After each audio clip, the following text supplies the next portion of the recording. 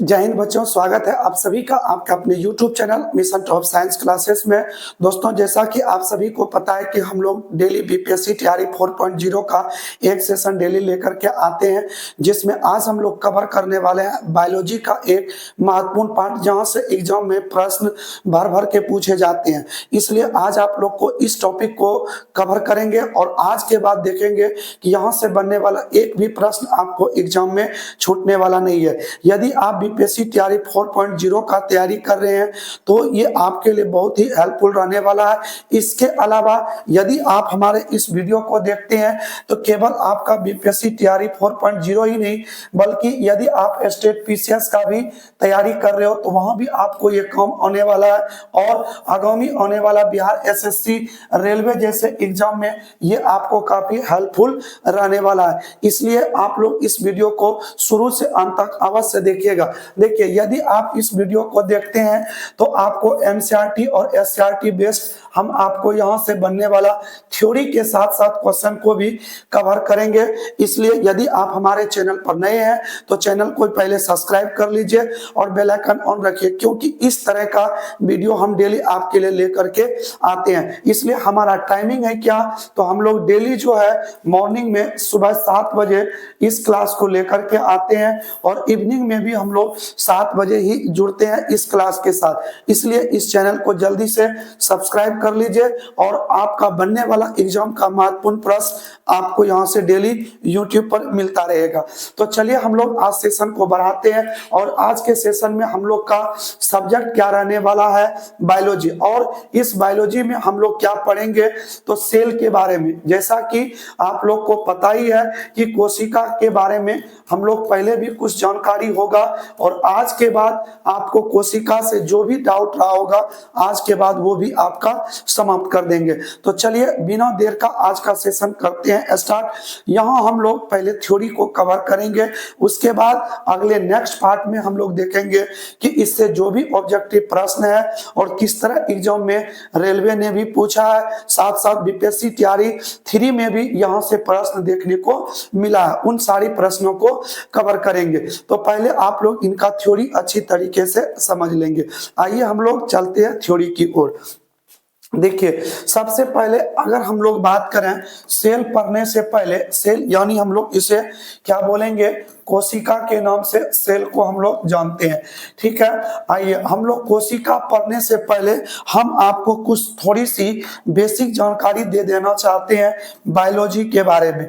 ठीक है, जैसा कि आप सभी को पता है कि बायोलॉजी को अगर हम लोग सामान्य तौर पर 2 भागों में डिवाइड करें तो एक होगा आपके पास क्या, तो एक मिलेगा आपको बायो और दूसरा क्या मिलेगा, लॉजी। ठीक है, एक मिलेगा बायो और दूसरा क्या मिलेगा, लॉजी। इस बायो में अगर हम लोग बात करें तो इसका अर्थ क्या होता है बायो का, तो इसका अर्थ होता है जीव। ठीक है, बायो का अर्थ क्या होता है, जीव, जबकि इस लॉजी का अर्थ क्या होता है, तो अध्ययन होता है। यदि आप इसे एक साथ बोलते हैं तो देखिए आपको पता चल रहा है कि जो जीव का अध्ययन होता है, ठीक है, वही क्या कहलाता है, तो जीव विज्ञान कहलाता है। ठीक है, तो जीव का जो अध्ययन होगा वही क्या कहलाएगा, तो जीव विज्ञान कहलाएगा।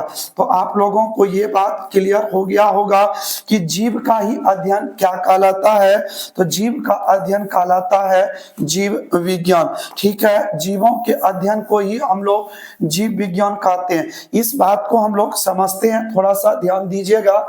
देखिए, सर्वप्रथम 1801 ईस्वी की अगर हम लोग बात करते हैं, 1801 ईस्वी में 2 वैज्ञानिक थे जिसका नाम क्या था, एक का नाम था लेमार्क। क्या नाम था, लेमार्क। और एक अन्य वैज्ञानिक जिसका क्या नाम था, तो ट्रेवीरेनस। याद रखिएगा, ट्रेवीरेनस, लेमार्क और ट्रेविरेनस, ये दो ऐसे वैज्ञानिक थे जिन्होंने सर्वप्रथम पहली बार इन्होंने ही 1801 में बायोलॉजी शब्द का प्रयोग किया था। ठीक है, तो आपसे यहां से प्रश्न पूछ सकता है कि बताइए कि सर्वप्रथम बायोलॉजी शब्द का प्रयोग किसने किया था? तो वो किया था लेमार्क और ट्रेविरेनस नामक वैज्ञानिक ने किसका प्रयोग किया था जी? तो बायोलॉजी का। और कब किया था? 1801 ईस्वी में। जैसा कि आपको पता है कि लेमार्क कहाँ का निवासी था, तो ये था आपका कहाँ का? तो ये था रहने वाला फ्रांस का। जबकि ट्रेविरेनस कहाँ का था? तो ये था आपका जर्मनी का। ठीक है, तो फ्रांस और जर्मनी के ये दो वैज्ञानिक थे जिन्होंने सर्वप्रथम बायोलॉजी शब्द का प्रयोग किया था इन्होंने। तो देखिए, जिस समय जीव विज्ञान का अध्ययन स्टार्ट हुआ उस समय केवल यह बात पता था कि केवल जीव जो है ना वो केवल मनुष्य और जानवर में, अर्थात जो जीव गतिशील होते हैं उन्हीं के अंदर केवल क्या पाए जाते हैं? तो जीव पाए जाते हैं। आप लोग ध्यान दीजिएगा, हम क्या बोल रहे हैं कि जिसमें गति होता है केवल उसी में क्या पाया जाता है? तो जीव पाया जाता है। तो कहने का मतलब ये हुआ कि प्रारंभ समय की अगर हम लोग बात करें, प्रारंभ में केवल अगर हम लोग बात करें तो केवल जो हम लोग जीव विज्ञान के अंदर लेते थे तो वो जीव विज्ञान के अंतर्गत कौन आता था? तो वो आता था मनुष्य, ठीक है, पक्षी, कीट पतंग, ठीक है, और इसमें जानवर वगैरह, जो कि वैसे देखा जाए तो ये सभी भी किसके अंतर्गत आता है? तो ये सभी किसके अंतर्गत आता है? तो जंतु के अंतर्गत आता है। इसीलिए इन सारी चीजों को हम लोग क्या नाम देते हैं? तो जंतु विज्ञान। तो बताइए, क्या इन सब चीजों में गति होता है? तो बिल्कुल होता है। मनुष्य गति कर सकता है, पक्षी गति कर सकता है, कीट पतंग कीड़े मकोड़े गति कर सकता है। अतः ये सभी किसके अंतर्गत आते हैं? तो जंतु के अंतर्गत आते हैं। इसीलिए इसे हम लोग जंतु विज्ञान कहते हैं। क्योंकि उस समय की अगर हम लोग बात करें तो जब साइंस उतना डेवलपमेंट नहीं हुआ था तो केवल यह बात पता था कि जिसमें गति होता है उसी में केवल क्या पाया जाता है? तो जीव पाए जाते हैं। अर्थात उस समय जीव विज्ञान में केवल एक ही पार्ट हुआ करता था। वो कौन सा था? तो वो था आपका जंतु विज्ञान। ठीक है, परंतु जब आगे हम लोग बढ़े, हमारा विज्ञान आगे की ओर बढ़ा, तो आगे जाके पता चला कि एक भारतीय वैज्ञानिक जिसका नाम था क्या? भारतीय वैज्ञानिक ही था जिसका नाम था जगदीश चंद्र बोस। क्या नाम था? जगदीश चंद्र बोस, जिन्होंने बताया क्या कि एक यंत्र की सहायता से कि पौधों में भी क्या होते हैं? पौधों में जीव होते हैं। ठीक है, पौधों में क्या होते हैं? तो जीव होते हैं। तो आप लोग इनको याद रखिएगा कि सर्वप्रथम किस वैज्ञानिक ने बताया कि पौधों में जीव होते हैं? तो वो कौन सा वैज्ञानिक है? तो वो है आपका जगदीश चंद्र बोस। इन्होंने किसकी सहायता से पता किया? तो वो था कौन? कैस्कोग्राफ नामक यंत्र। याद रखिएगा, इनके द्वारा बनाया गया यंत्र जो था वो यंत्र कौन था? तो वो यंत्र था कैस्कोग्राफ। इस ग्राफ यंत्र की सहायता से ही जगदीश चंद्र बोस ने बताया कि पौधों में भी क्या होते हैं? जीव होते हैं। तब जाकर के विज्ञान हमारा दो भागों में, अर्थात जीव विज्ञान दो भागों में देखने को मिला। जैसा कि आज हम लोग वर्तमान समय में देखते हैं कि ये जो हम लोगों का जीव विज्ञान है, जीव विज्ञान, इसमें अगर मुख्य रूप से देखा तो दो शाखा देखने को मिलता है। एक मिलता है आपका कौन सा? तो जंतु विज्ञान देखने को मिलता है, और एक दूसरा क्या होता है? तो ये होता है आपका पादप विज्ञान। इसी को हम लोग अन्य नाम से भी जानते हैं। तो क्या? तो इसे हम लोग वनस्पति विज्ञान भी कहते हैं। तो इस प्रकार से कैस्कोग्राफ यंत्र का जगदीश चंद्र बोस ने खोज किया, उसी से पता किया कि पौधों में भी क्या होते हैं? हैं, जीव होते हैं। तो तब जाकर के यह जीव विज्ञान की शाखा कितने भागों में बटी, तो 2 भागों में। तो पहले हम लोग क्या देखे थे कि जंतुओं में क्या होता है, तो जंतु क्या कर सकते हैं, तो गति कर सकते हैं। ठीक है, क्या कर सकते हैं, तो गति कर सकते हैं। परंतु अगर हम लोग इस वनस्पति विज्ञान की बात करें तो क्या ये गति कर सकते हैं, तो बिल्कुल ये गति नहीं कर सकते हैं। ठीक है, तो इसमें गति नहीं होता है। तो पौधों में गति होता है, तो नहीं, इसमें गति नहीं होता है। ठीक है, ये गति नहीं कर सकते हैं। ठीक है, चलिए, और हम लोग बात करें कि इस जंतु विज्ञान को लेकर के एक वैज्ञानिक था, कौन सा, तो अरस्तु। याद रखिएगा, वैज्ञानिक कौन था, तो वैज्ञानिक था अरस्तु, जिन्होंने अपनी एक पुस्तक, ठीक है, अपनी एक पुस्तक जिसका नाम था हिस्टोरिका, हिस्टोरिका एनामेलियस। क्या नाम था, हिस्टोरिका, हिस्टोरिका एनामेलियस, एनामेलियस। इस पुस्तक में अरस्तु ने क्या किया कि इसके अंतर्गत उन्होंने एक नहीं 500 जंतुओं का अध्ययन करके इस पुस्तक के अंतर्गत लिखा है। ठीक है, तो जंतु विज्ञान के अंतर्गत 500 प्रकार के अलग अलग जीवों का अध्ययन करके उन्होंने इस पुस्तक में लिखा। यानी एक एक अलग अलग जीवों के हर एक पार्ट पुर्जे को लेकर के उस जीवों को एकदम आपका क्लासिफाई करते गया, आगे की ओर बढ़ते गया।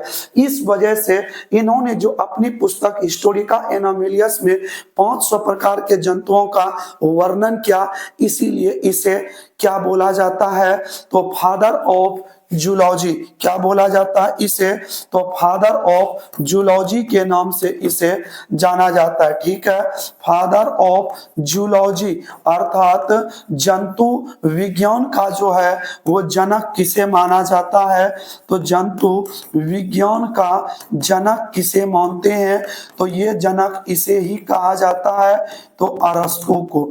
ठीक है, तो जंतु विज्ञान का जनक किसे बोला जाता है, अरस्तु को बोला जाता है। आइए हम लोग थोड़ा सा पादप विज्ञान की अगर हम लोग बात कर लें, तो पादप विज्ञान में देखिए क्या देखने को मिलता है। इसके अंतर्गत एक वैज्ञानिक हम इस ओर ले लें तो इस ओर देखा गया कि एक वैज्ञानिक था जिसका नाम था थियोफ्रेस्टस। थियोफ्रेस्टस जो थे, ये थियोफ्रेस्टस ने अपनी एक पुस्तक जिसका नाम क्या था, हिस्टोरिका प्लांटियम, हिस्टोरिका प्लांटियम। इस पुस्तक में बात करें तो इस पुस्तक में भी इन्होंने लगभग 500 पौधों का अलग अलग अध्ययन किया।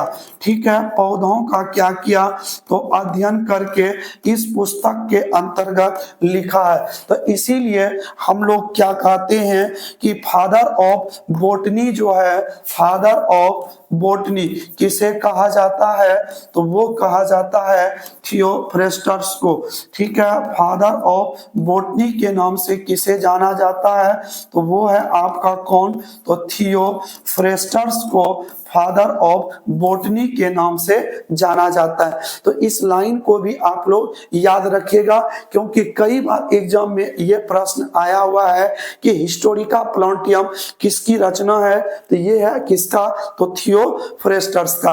तो देखिए, अब आपको यहां से अच्छी तरीके से पता चल गया होगा कि जीव विज्ञान की 2 शाखा है, एक है जंतु विज्ञान और एक है आपका पादप विज्ञान। जंतु विज्ञान का जो जनक है वो किसे माना जाता है, अरस्तु को, जबकि पादप विज्ञान का जनक किसे माना जाता है, तो वो माना जाता है थियोफ्रेस्टस को माना जाता है। और आप लोग इसका भी याद रखेंगे कि इसके जो जीव विज्ञान के जनक हैं, इनके जनक भी कौन है, तो वो है आपका अरस्तु, यानी एरिस्टोटल है इसके जनक।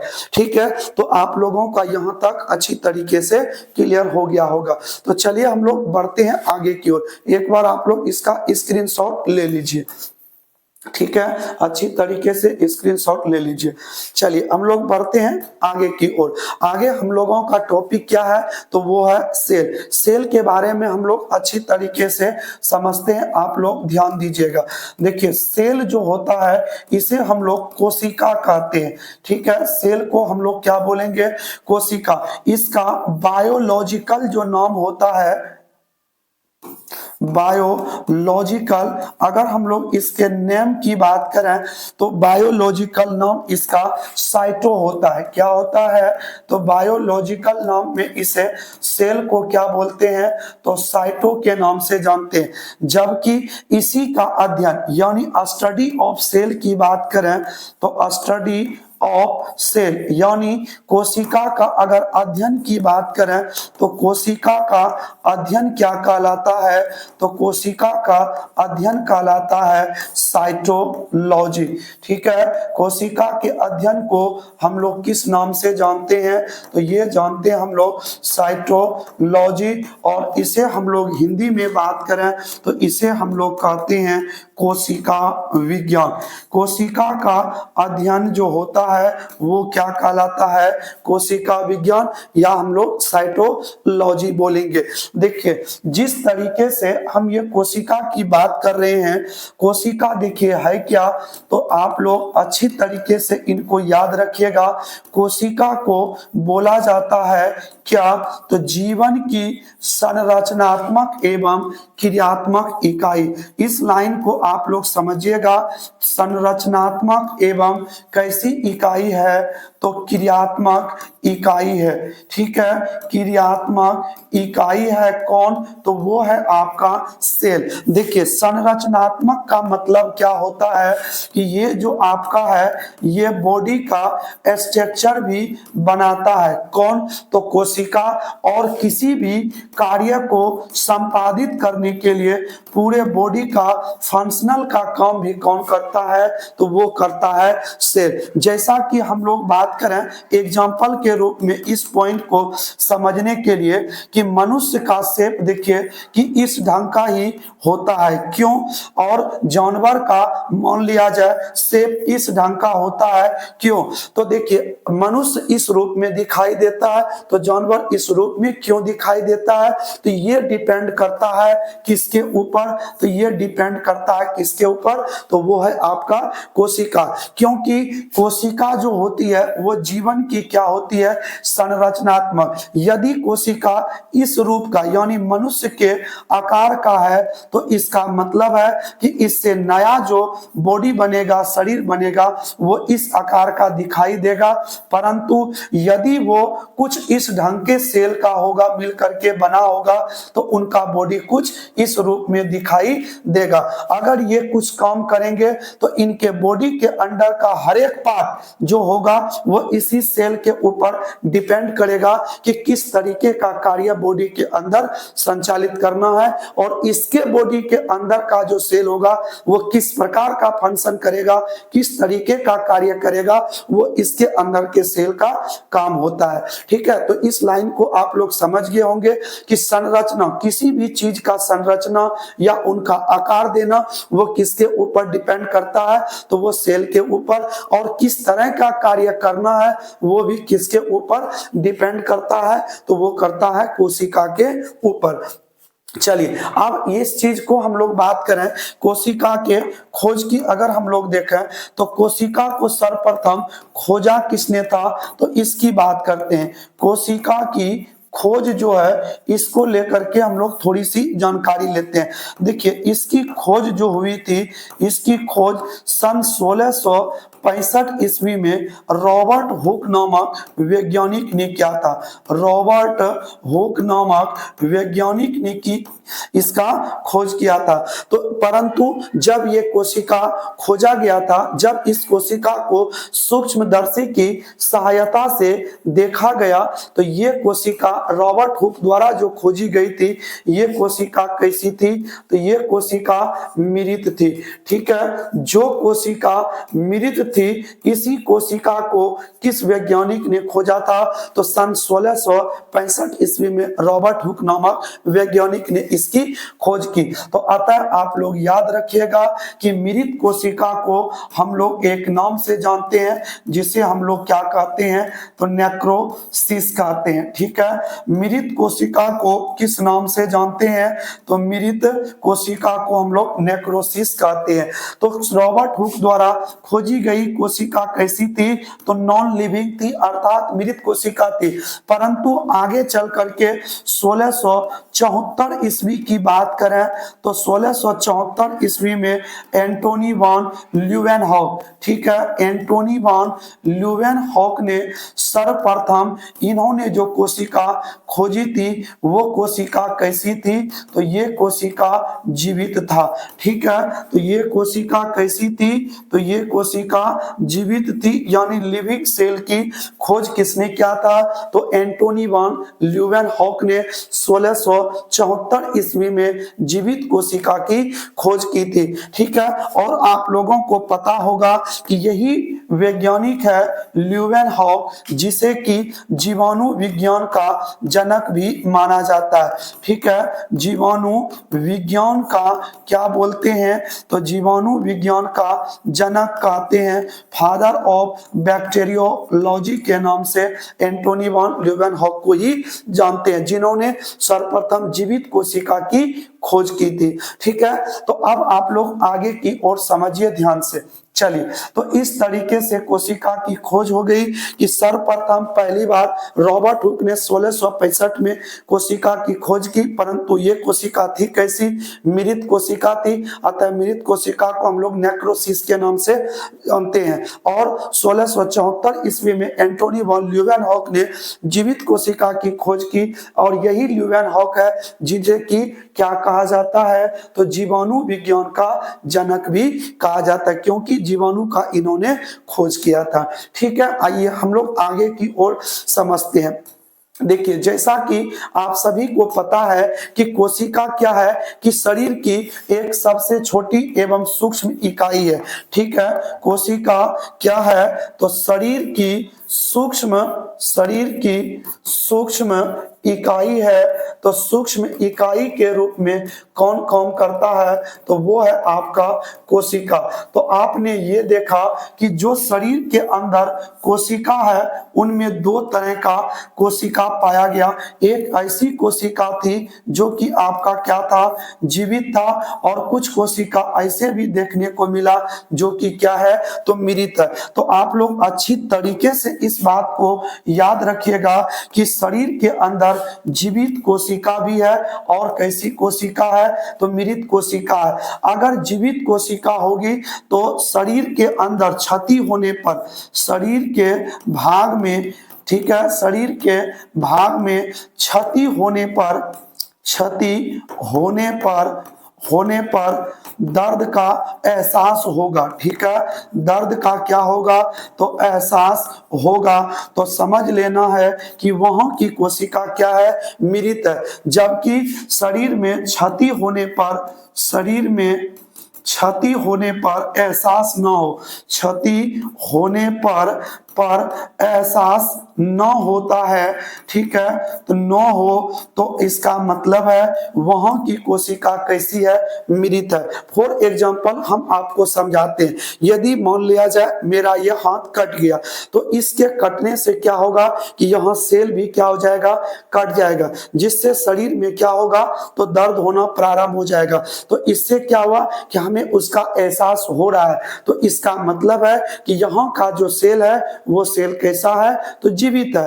परंतु अगर हमारे बॉडी में कुछ ऐसे पार्ट है जो कि कटने के बाद दर्द का एहसास नहीं होता है, तो इसका मतलब वो कोशिका कैसी है? तो मृत है। जैसे में आप सभी लोग को पता है कि आप लोग ये देखते हैं, जैसे बाल, इसे काटने पर दर्द होता है? तो नहीं होता, क्योंकि इसकी कोशिका जो होती है वो कैसी होती है? मृत होती है। तो अब ये सर बढ़ता कैसे? अगर ये मृत है, ये बढ़ कहां से रहा है? तो ये अंदर अंदर से बढ़ रहा है, ठीक है, जीवित सेल है जो इसे आगे की ओर बढ़ा रही है, परंतु ये आगे जब निकला तो इनकी सेल क्या है, तो मृत है, इसे काटने पर दर्द नहीं होता। जैसे नेल का हम लोग बात करें, नाखून का, तो यहां अंदर से तो ये बढ़ रहा है क्योंकि इसे जीवित कोशिका बढ़ा रही है, परंतु जब ये आगे की ओर बढ़ जाते हैं तो उसका सेल क्या हो जाता है, मृत हो जाता है, इसलिए उसे काटने पर दर्द नहीं होता। तो हमारे शरीर में जीवित और मृत कोशिका दोनों है, ठीक है। चलिए हम लोग बढ़ते हैं आगे की ओर। तक आप लोग अच्छी तरीके से समझ गए होंगे, एक बार आप लोग इसका स्क्रीनशॉट ले लीजिए, तब हम लोग आगे की ओर बढ़ते हैं, ठीक है। चलिए तो हम लोग समझते हैं अगले पॉइंट की ओर। देखिए जिस प्रकार हम आपको एक एग्जांपल से बताते हैं, यहाँ पर ध्यान दीजिएगा। देखिए जिस प्रकार एक घर को पूरा करना है हमें, तो सबसे पहले आप बताइए कि घर के लिए सबसे महत्वपूर्ण चीज क्या होती है, तो वो होती है आपके लिए क्या, तो ईंट का होना अत्यंत क्या है, आवश्यक है। जब आप ईंट से क्या करेंगे, ईंटों के समूह को जोड़ करके आगे की ओर बढ़ाएंगे, तो ईंट के ही समूह से आपका क्या बनेगा, तो इसके समूह से क्या बन जाएगा, तो दीवार का निर्माण हो जाएगा। और यदि हम दीवार का क्या ले लें, तो समूह ले लें, तो आप लोग देखे होंगे अगर दीवार से समूह बन जाए तो उसके अंदर क्या बन जाता है, तो उसके अंदर बन जाता है कमरा, ठीक है। और जब कमरा बन जाता है तो ऊपर आप उसे छत को ढाल दीजिए, तो वो पूरी तरीके से क्या बन जाएगा, तो घर बन करके आपका तैयार हो जाएगा। तो उसी तरीके से अगर हम इस सेल से इतने बड़े शरीर का निर्माण कैसे होता है, तो इस पर आधारित आप लोग समझिए।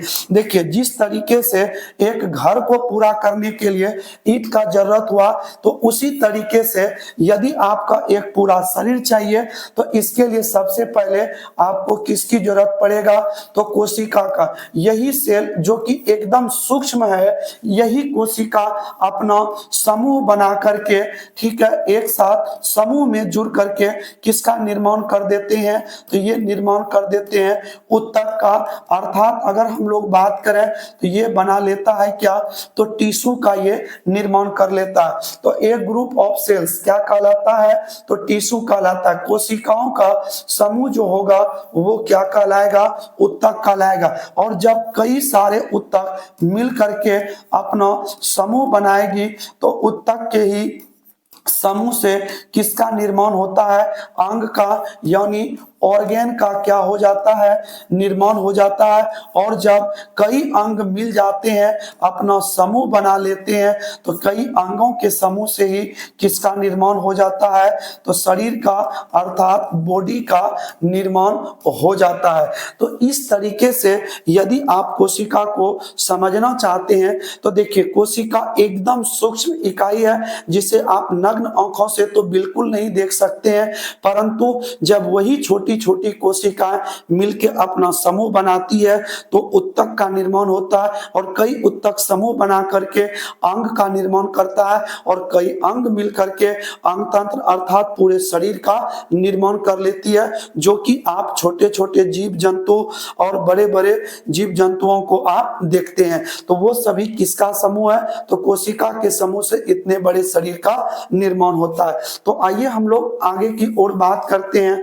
देखिए अगर हम लोग ऐसे देखा जाए कि सबसे बड़ी कोशिका किसकी होती है, तो आप लोग याद रखिएगा कि सबसे बड़ी कोशिका जो होती है वो किसका होता है, और सबसे छोटी कोशिका किसकी होती है। सबसे बड़ी कोशिका बताएंगे किसका होता है, और सबसे छोटी कोशिका को भी बताना है कि कौन सी कोशिका होती है। सबसे छोटी कोशिका, इन दोनों का नाम बताइए कि शरीर की, ये शरीर की नहीं, हम लोग ऐसे बोल रहे हैं कि सबसे बड़ी कोशिका क्या है, तो सबसे बड़ी कोशिका होती है तो शुतुरमुर्ग के अंडे की, ठीक है। शुतुरमुर्ग के अंडे की जो कोशिका होती है ना, वो सबसे बड़ी कोशिका होती है। जबकि सबसे छोटी कोशिका की अगर हम लोग बात करें तो वो होता है माइकोप्लाज्म की। किसकी होती है, माइकोप्लाज्म गैलीसेप्टिकामा। याद रखिएगा कि सबसे छोटी कोशिका माइकोप्लाज्म गैलीसेप्टिकामा की होती है, जबकि सबसे बड़ी कोशिका किसकी होती है, तो शुतुरमुर्ग के अंडे की होती है। आगे आप लोग समझिए, अगर यही बात आपके बॉडी में यानी मानव शरीर की बात करें तो मानव शरीर में आपको बताना है कि सबसे बड़ी कोशिका किसकी होती है। तो सबसे बड़ी कोशिका की बात करें तो सबसे बड़ी, और बताना है सबसे छोटी कोशिका किसकी होती है, और बताना है कि सबसे लंबी कोशिका किसकी होती है। सबसे लंबी कोशिका किसकी होती है, ये चीज आपको बताना है। तो देखिए हमें पूछ रहा है मानव शरीर में, तो आप लोग याद रखिएगा कि मानव शरीर की सबसे बड़ी कोशिका जो होती है वो कौन सी होती है, अंडाणु अर्थात ओवम की कोशिका जो होती है वो सबसे क्या होती है, बड़ी होती है। और सबसे छोटी कोशिका की बात करें तो ये किसकी कोशिका होती है, तो शुक्राणु की कोशिका होती है। और सबसे लंबी कोशिका की बात करें तो सबसे लंबी कोशिका जो होती है वो कौन सी कोशिका होती है, तो तंत्रिका कोशिका, या इसे ही हम लोग न्यूरॉन कोशिका बोलते हैं। ठीक है, न्यूरॉन कोशिका या न्यूरॉन सेल के नाम से इसे हम लोग जानते हैं। तो आप लोग याद रख लीजिएगा कि मानव शरीर की सबसे बड़ी कोशिका कौन सी होती है, अंडाणु, और सबसे छोटी कोशिका शुक्राणु, और सबसे लंबी कोशिका जो होती है वो किसकी होती है, तो वो तंत्रिका कोशिका होती है। अगर हम लोग बात करें कि ये पाया किस में जाता है, तो हम लोग बात करें तो ये जो आप देख रहे हो अंडाणु, ये किस में होता है, तो ये पाया जाता है मादा में। ठीक है, और अगर हम लोग शुक्राणु की बात करें तो ये पाया जाता है किस में, तो नर का भाग है ये। और अगर सबसे लंबी कोशिका की बात करें तो ये मानव में चाहे मादा हो या नर हो तो दोनों में इस तरह का सेल देखने को मिलता है। ठीक है, तो आप लोग यहां तक अच्छी तरीके से क्लियर कर लिए होंगे और आपको अच्छी तरीके से ये याद हो गया होगा। तो अब हम लोग यहाँ से आगे जो सीखेंगे वो हम लोग नेक्स्ट वीडियो में इसके थ्योरी के पार्ट को आगे की ओर बढ़ाएंगे। यदि आपको कहीं परेशानी हुई है तो आप जरूर एक बार स्किप करके पीछे से वीडियो को देख लीजिए और आपका सारा डाउट क्लियर हो जाएगा। तो चलिए अब हम लोग मिलेंगे नेक्स्ट वीडियो में इसका पार्ट 2 लेकर के। आप लोग डेली हमारे साथ सुबह जो है वीडियो के साथ बने रहिए 7 बजे।